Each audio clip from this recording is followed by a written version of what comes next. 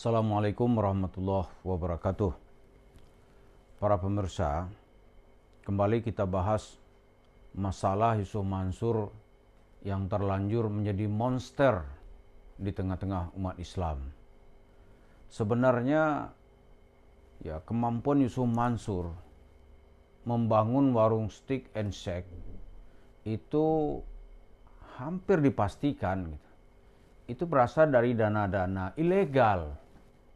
Apakah itu sedekah, tabung tanah, atau paytrend, atau sumbangan-sumbangan yang dikumpulkan dari masyarakat dengan menjual nama Tuhan atau nama agama. Selain itu, juga ada kesalahan pejabat. Kesalahan pejabat ketika itu tadinya kan usaha Yusuf Mansur itu sudah dilarang. Tapi pejabat ini mungkin melihat, ini orang Islam bangkit berbisnis ini. Ditunjukin cara. Maka izin paytrendnya dikembalikan. Lalu selama 2 tahun dana ilegal dikumpul ini gimana? Ketika itu nggak dibahas. Nah, Yusuf Mansur menganggap ini sebagai sebuah karunia. Nah, dana inilah kemudian yang diswitch kepada usaha-usaha di antaranya warung steak and shake. Pak Eri Muhammad dalam interview saya beberapa hari yang lalu menyebut nama pejabat itu adalah Pak Dahlan Iskan. Tapi tujuan Dahlan Iskan ketika itu tentu dia pertama nggak tahu ini siapa sosok pelaku ini. Yang dia lihat ini ada upaya ekonomi yang ditimbulkan oleh seorang ustadz, tokoh Islam. Jadi kalau ada salah-salah ditunjuki maka izin paytrend itu diloloskan. Tapi oleh Yusuf Mansur, uang yang didapat tadi itu bukan dia pikir ini uang masyarakat nih, enggak.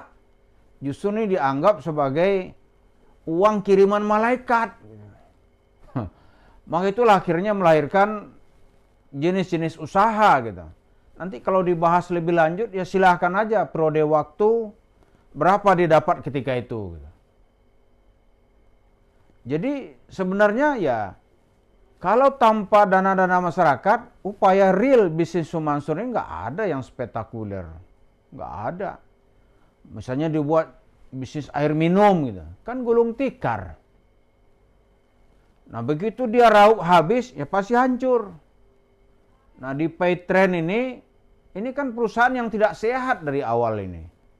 Tapi karena Pak Dahlan ini kasihan atau apa, enggak tahu siapa watak sesungguhnya dia mikirnya ini upaya pembangunan ekonomi, kebersamaan, gitu pikirannya kan. Kebersamaan melibatkan banyak orang, mungkin 1.000, mungkin 10.000.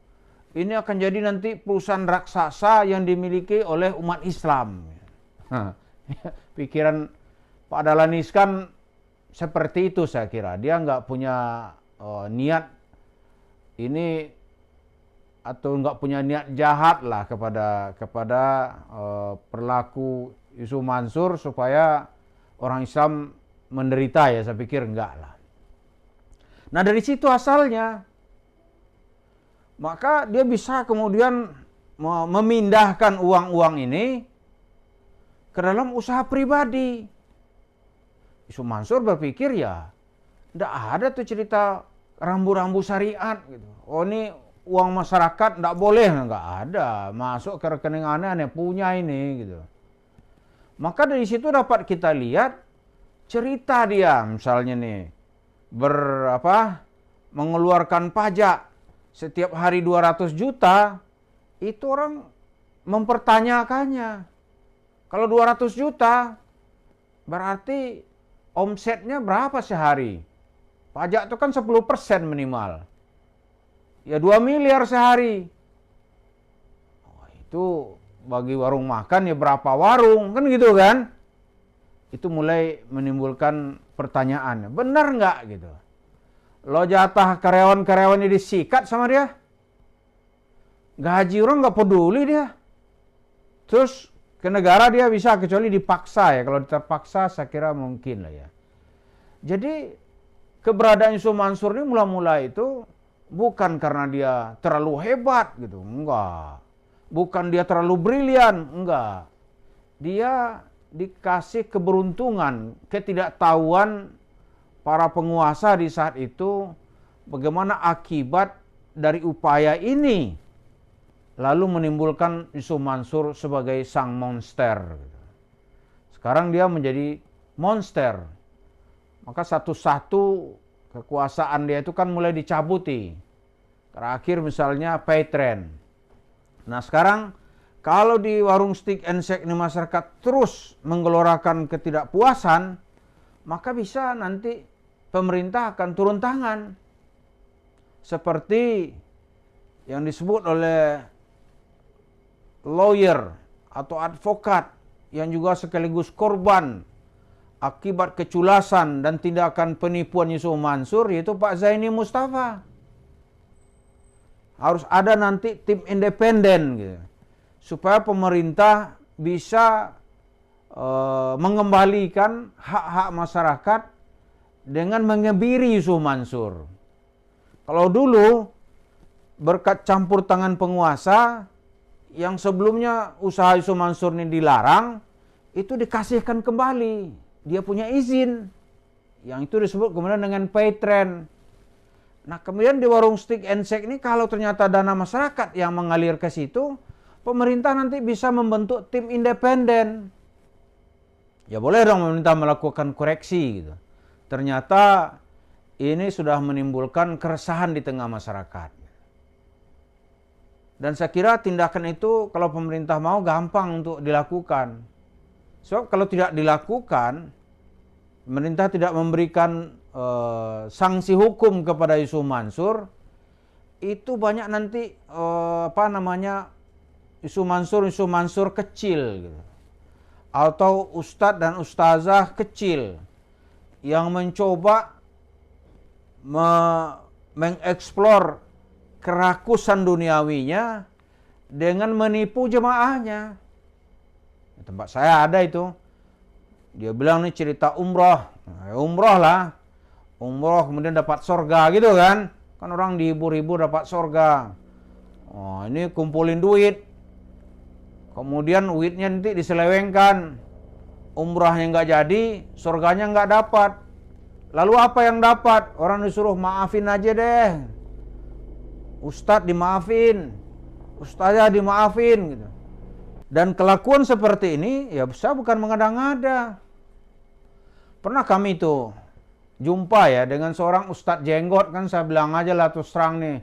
Jenggotnya panjang, kita pikir dia bersemangat menegakkan keadilan gitu.